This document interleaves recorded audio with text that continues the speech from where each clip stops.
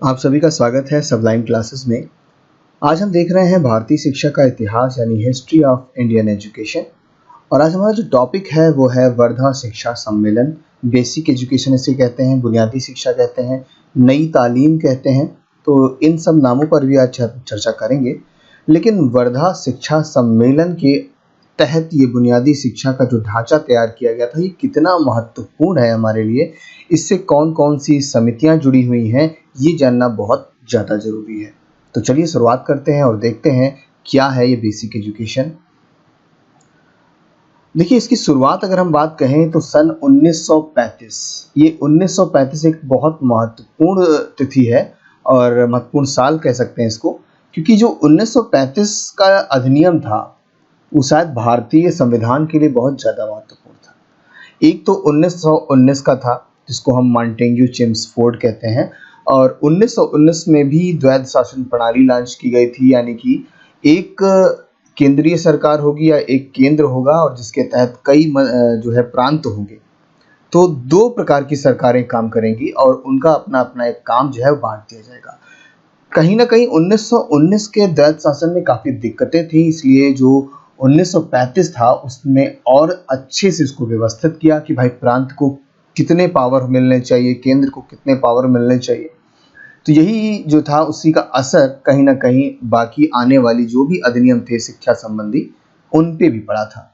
तो देखते हैं क्या है कि 1935 के गवर्नमेंट ऑफ इंडिया एक्ट की घोषणा के फलस्वरूप ब्रिटिश भारत के 7 प्रांतों में जब कांग्रेसी सरकारों ने राष्ट्रीय पुनर्निर्माण के लिए कार्यक्रम बनाया तो उसकी 14 आधारशिलाओं में बुनियादी शिक्षा भी एक आधारशिला थी। गांधी जी बुनियादी शिक्षा को सामाजिक परिवर्तन का एक साधन मानते थे।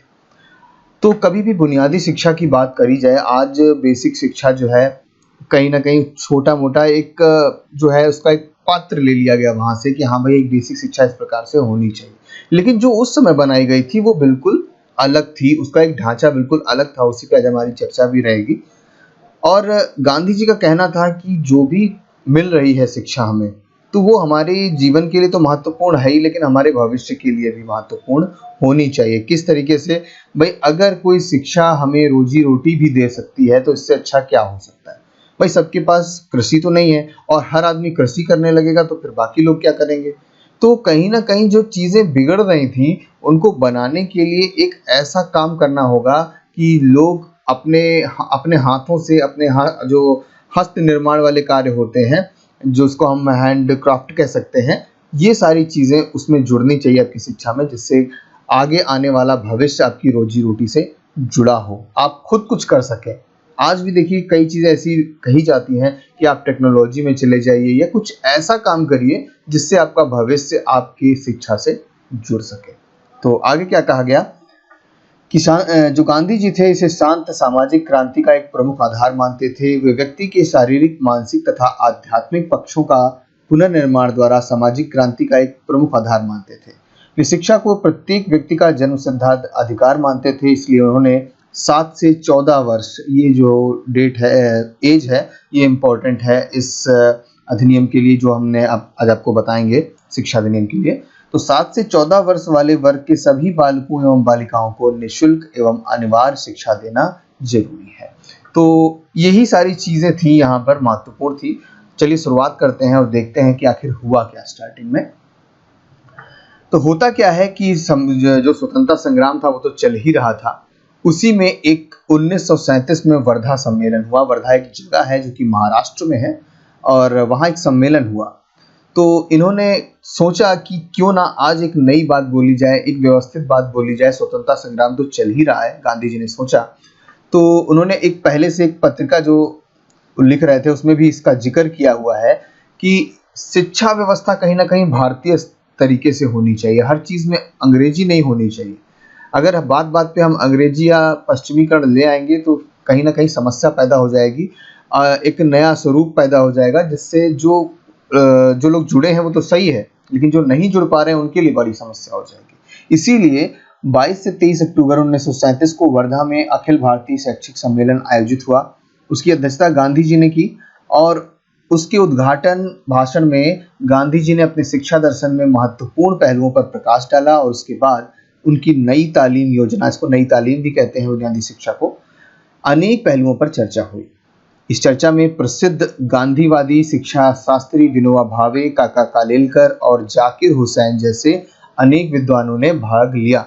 देखिए, इसमें जाकिर हुसैन का नाम ज़्यादा महत्वपूर्ण इसलिए हो जाता है क्योंकि इन्हीं की अध्यक्षता में जो समिति बनाई गई जो कि बुनियादी शिक्षा को आगे व्यवस्थित तरीके से प्रस्तुत कर सकती थी।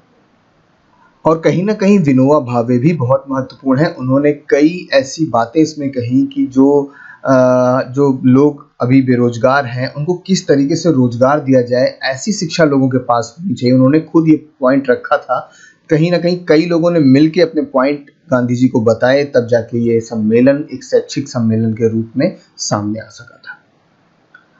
अखिल भारतीय शैक्षिक सम्मेलन में क्या हुआ कि सम्मेलन के अंतिम दिन पर कुछ प्रस्ताव पारित किए गए। क्या हुआ कि बच्चों को 7 वर्ष तक राष्ट्रव्यापी निःशुल्क एवं अनिवार्य शिक्षा दी जाए और शिक्षा का माध्यम जो है वो मातृभाषा होना चाहिए।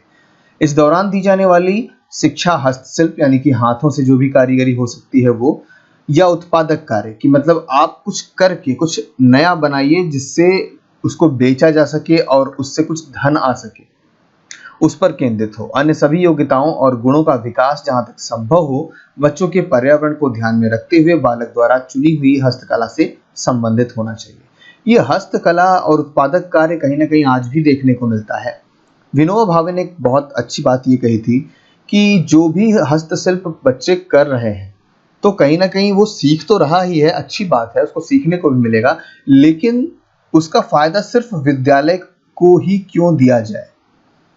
अच्छी बात है, विद्यालय का धन जो है, अगर विद्यालय को धन नहीं मिल पा रहा है तो विद्यालय को वो चीज़ें मिलनी चाहिए, लेकिन साथ ही साथ कहीं ना कहीं उसका खर्च उनके घर पर भी जाना चाहिए बालक के, जिससे दोनों लोगों को इस चीज़ों में इंटरेस्ट आए कि हाँ भाई, इसका बच्चा घर में भी ये चीज़ ला के रख सकता है, इस तरीके काम कर सकता है और विद्यालय में भी दे सकता है।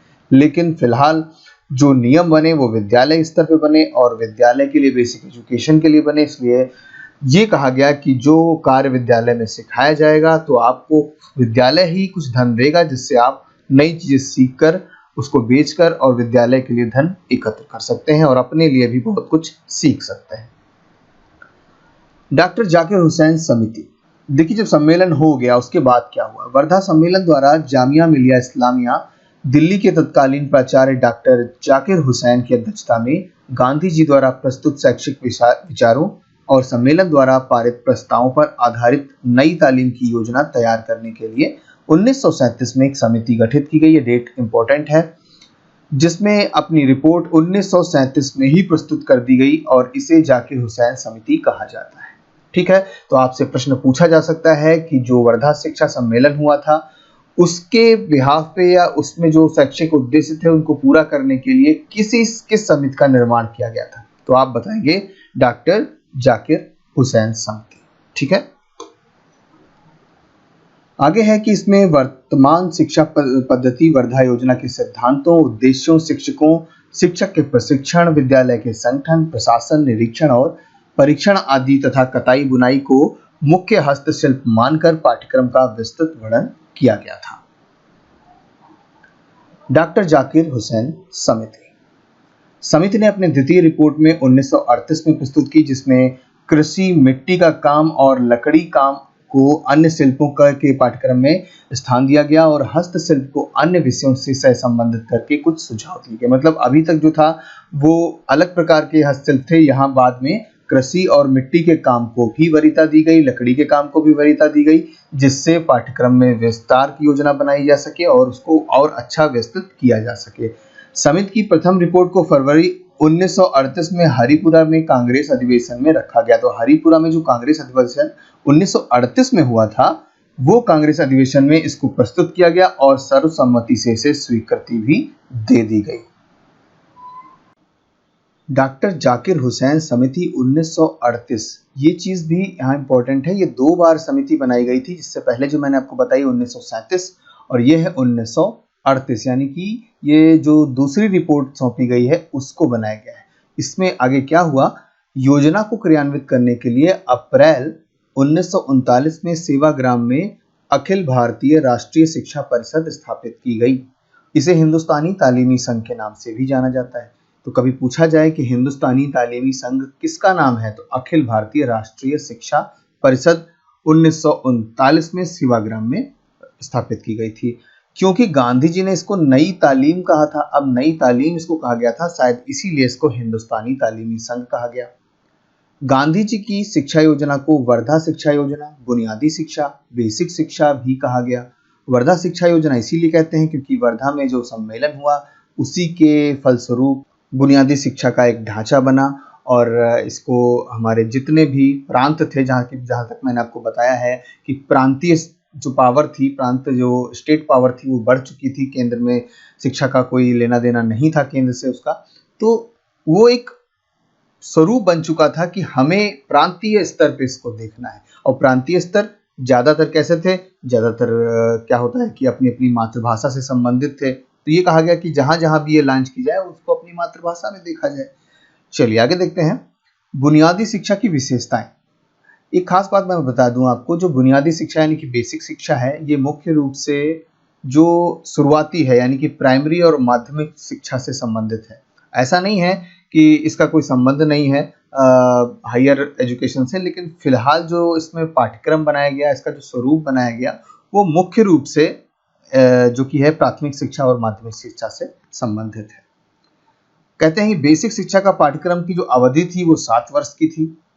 7 से 14 वर्ष के बालकों और बालिकाओं को निःशुल्क और अनिवार्य शिक्षा दी जाए, ऐसा प्रावधान किया गया इसमें। शिक्षा का माध्यम मातृभाषा होना चाहिए। हिंदी भाषा का अध्ययन बालकों और बालिकाओं के लिए अनिवार्य है कि एक ऐसी भाषा जो एक भारत में चारों तरफ व्याप्त हो, कम से कम एक इंटर लैंग्वेज होनी चाहिए सब में के बीच में। मतलब मान लीजिए कोई 2 प्रांत हैं और उसमें आपस में किस तरीके से लोगों को जोड़ना है, तो हिंदी भाषा को काफ़ी ज़्यादा वहाँ पर स्थान दिया गया। आगे क्या है, संपूर्ण शिक्षा का संबंध आधारभूत शिल्प से है। आधारभूत शिल्प का मतलब जो हमारे चारों तरफ रोजगार का एक कारण बन सकता है, या जो दिनचर्या है हमारी, चाहे जैसे वो मिट्टी से संबंधित हो, कृषि से संबंधित हो, लकड़ी की चीज़ों से संबंधित हो, या लोहे की चीज़ों से संबंधित हो, इवन जो कागज की चीज़ों से संबंधित हो, मतलब उसका हम प्रयोग करते हो, वो चीज़ें जो लोग खरीद सकते हो, वो चीज़ें जो हमारी दिनचर्या में हो, ये सारी चीज़ें आधारभूत शिल्प से संबंधित हो।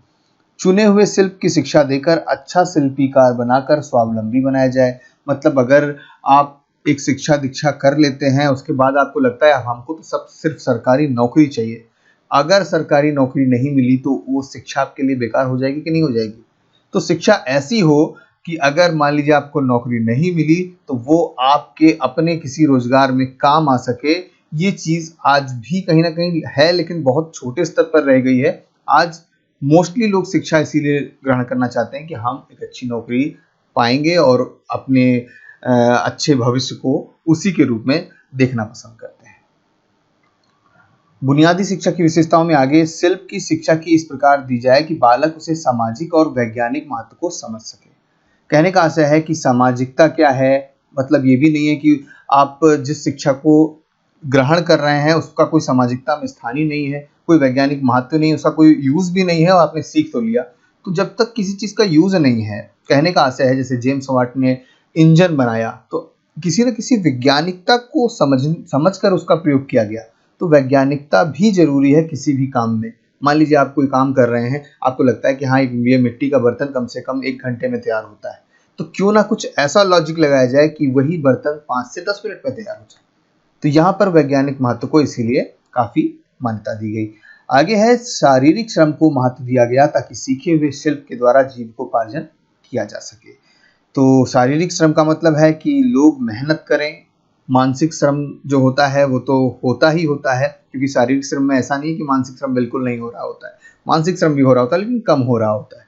तो शारीरिक श्रम जितना ज़्यादा आप करेंगे, अपने हाथों का प्रयोग करेंगे, क्रिएटिविटी का प्रयोग करेंगे, तो आप अच्छे से अपना भविष्य व्यवस्थित कर सकते हैं।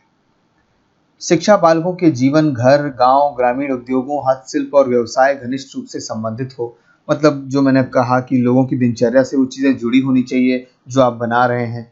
बालकों द्वारा बनाई गई वस्तुओं जिनका प्रयोग कर सकें एवं उनको बेचकर विद्यालय के ऊपर कुछ व्यय कर सकें। यही आगे चलकर एक बहुत बड़ी समस्या का कारण बना कि हर चीज़ बेचकर विद्यालय के ऊपर ही क्यों व्यय किया जाए। इवन जो विनोबा भावे थे उन्होंने कहा कि विद्यालय के साथ साथ कुछ धन ऐसा हो जो बालकों को दिया जा सके, जिससे वो घर में वो चीज़ ले जा सकें, या उससे जो धन मिलता है उसमें कुछ परसेंटेज घर में भी दिया जाए। तो कहीं ना कहीं एक अच्छी चीज़ थी, लेकिन शायद उनको जो लोग इस चीज़ को बना रहे थे नियमों को, उनको नहीं अच्छा लगा होगा। मौके पर की बात है, क्योंकि हर विचार ही हर चीज़ को बनाते हैं, तो वहाँ पर उस विचार को फिलहाल नहीं अच्छा माना गया और विद्यालय का धन विद्यालय को ही जो भी जो शिक्षा दीक्षा दी गई, उसके बाद उसमें जो भी चीज़ें बनी उसको बेचा गया और विद्यालय के पास वापस वो धन पहुंचा।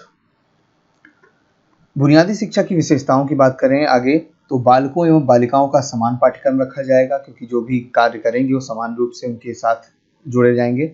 6वीं और 7वीं कक्षाओं की बालिकाएं आधारभूत शिल्प के स्थान पर गृह विज्ञान ले सकती हैं, कि बालिकाएं ज़्यादातर गृह विज्ञान विषय जो है उनके लिए अच्छा रहता है। इसलिए जो 7वीं और 6वीं कक्षाओं में बालिकाएं थी उनसे कहा गया कि आप गृह विज्ञान ले सकती हैं और अपने पाठ्यक्रम को थोड़ा सा चेंज कर सकती हैं। तो पाठ्यक्रम का स्तर वर्तमान मैट्रिक के समकक्ष होना चाहिए, मतलब जो आज मैट्रिक का 10th कहा जाता है उसके समकक्ष होना चाहिए। और पाठ्यक्रम में अंग्रेजी और धर्म की शिक्षा नहीं दी गई है, तो किसी भी प्रकार की धर्म की शिक्षा नहीं दी जाएगी और किसी भी प्रकार से अंग्रेजी की शिक्षा नहीं दी जाएगी। ये इस पाठ्यक्रम की खास विशेषता है। अब बात करते हैं खेर समिति की। बीजी खेर के नाम पर यह खेर समिति बनाई गई। काफी बार पूछा जाता है कि आखिर खेर समिति बनाई क्यों गई, इसका मतलब क्या था। तो इसी की चर्चा भी इसी से जुड़ी हुई है, मतलब वर्धा शिक्षा सम्मेलन से जुड़ी हुई है। क्या था, क्या खास बात थी, वो मैं आपको बता देता हूँ। और एक खास बात और बता दूं कि कभी कभी सार्जेंट योजना, जो मैंने अभी बताई नहीं है, आपको आगे बताऊंगा, क्योंकि वो 1944 से संबंधित है, उसका वीडियो हम बाद में बनाएंगे। तो जब आप सार्जेंट योजना की बात आती है तो कहीं ना कहीं खेर समिति के कुछ पॉइंट जो हैं वो सार्जेंट योजना से मिलते जुलते हैं। इसीलिए अगर कभी खेर समिति या सार्जेंट योजना में आपको अंतर दिखाई दे, सार्जेंट योजना एक मजबूत योजना थी, उसका ज़्यादा असर शिक्षा पे देखा जा सकता है, क्योंकि ये एक समिति थी, उन्होंने अपने स्तर से उन्होंने काम तो किया, लेकिन शायद जब ये सार्जेंट योजना बनी तो पूरे भारत के लिए बन गई, लेकिन खेर समिति इतने बड़े स्तर पर नहीं काम कर सकती थी। लेकिन वो बनाई किस लिए गई थी खेर समिति? वर्धा शिक्षा सम्मेलन में जो भी पॉइंट आए उसको और अच्छे से व्यवस्थित करने के लिए। ठीक है, तो इसमें क्या है कि इस योजना पर विचार खेर समिति केंद्रीय शिक्षा सलाहकार परिषद द्वारा बंबई के मुख्यमंत्री, बंबई का मुख्यमंत्री का मतलब बंबई पहले का राज्य था, अब क्या है महाराष्ट्र। तो अगर हम उस समय की बात करें तो महाराष्ट्र और गुजरात, ये दो प्रांतों को आप मिला दीजिए, उसको कहते थे बंबई। तो बंबई के उस समय के जो प्रांतीय मुख्यमंत्री थे, मतलब प्रांत के जो मुख्यमंत्री उस समय बने थे, वो थे बीजी खेर। तो उन्होंने वर्धा शिक्षा की योजना की जांच के लिए 1938 में उनको नियुक्त किया गया और इन्होंने अपनी रिपोर्ट के हिसाब से कुछ सुझाव दिए। क्या सुझाव दिए उन्होंने? बेसिक शिक्षा का प्रयोग सर्वप्रथम ग्रामीण अंचलों से आरंभ किया जाए, मतलब ग्रामीणों के लिए सबसे पहले रखा जाए। शिक्षा का माध्यम प्रांतीय भाषा हो, परंतु देवनागरी और उर्दू दोनों लिपियां चलती रहेंगी।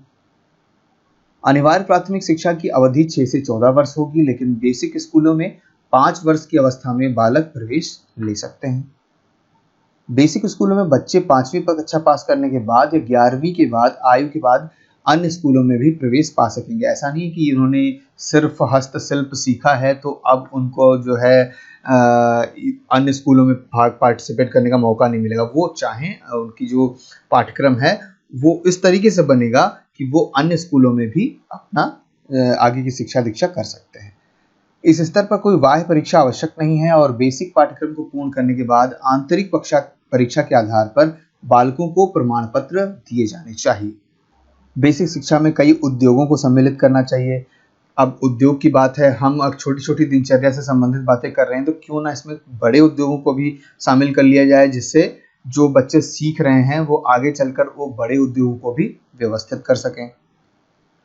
आगे क्या होता है कि खेर समिति 1939, अभी 1938 की बात चल रही थी, तो खेर समिति 1939 ने अपनी दूसरी रिपोर्ट दी और कहा कि बेसिक शिक्षा से संबंधित कुछ सुझाव और व्यवस्थित तरीके से प्रस्तुत किए जा सकते हैं। जैसे पहला, बेसिक शिक्षा का पाठ्यक्रम 6 से 14 वर्ष कक्षा के 1 से 8 तक 2 भागों में विभक्त कर दिया जाए। जूनियर कोर्स और सीनियर कोर्स। तो जूनियर कोर्स कक्षा 1 से 5 तक होना चाहिए और सीनियर कोर्स 6 से 8 वर्ष का। तो जूनियर 5 साल के लिए और सीनियर 3 साल के लिए।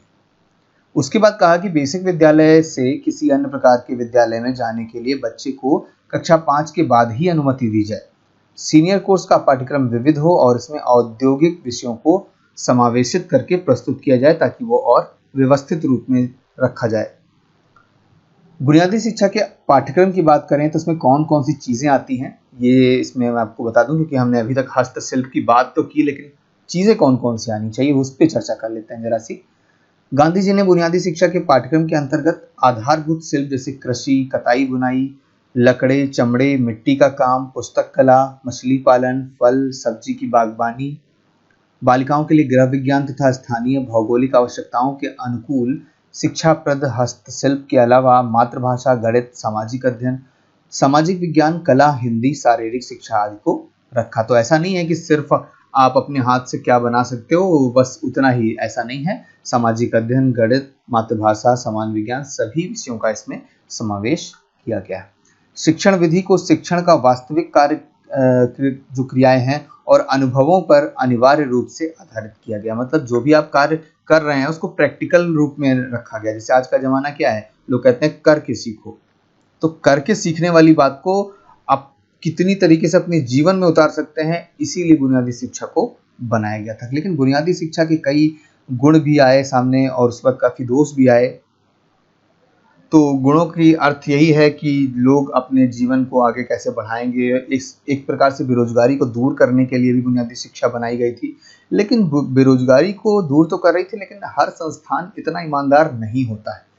और ये आज का समय भी है कि हर संस्थान इतना ईमानदारी से काम नहीं करता है। कुछ संस्थानों ने क्या किया कि बुनियादी शिक्षा तो लॉन्च कर दी, लेकिन वो बच्चों से ज़्यादा काम कराने के पक्ष में काम करने लगे। भाई आपसे तो ये काम ही है, मतलब ऊपर से आदेश है कि भाई आप तो बच्चों से काम करवा के विद्यालय के लिए धन एकत्र कर सकते हैं। तो कई संस्थान धन एकत्र करने के लिए ऐसा काम करने लगे। तो इससे क्या हुआ, काफ़ी इस बुनियादी शिक्षा को काफ़ी जो है झटका लगा और काफ़ी दिक्कतें आई। तो कुल मिला के हर एक काम अच्छे काम के लिए लॉन्च किया जाता है, कुछ बेहतर करने के लिए लॉन्च किया जाता है, लेकिन आखिरी में कुछ कमियों के कारण उसमें जो है दाग लग जाते हैं और वो ख़त्म हो जाती है। तो फिलहाल आज का जो विषय था यहीं पे समाप्त होता है। जल्दी ही हम आपको मिलेंगे आने वाले वीडियोज़ में। जुड़े रहिएगा हमारे सबलाइन क्लासेस से। Thank you very much.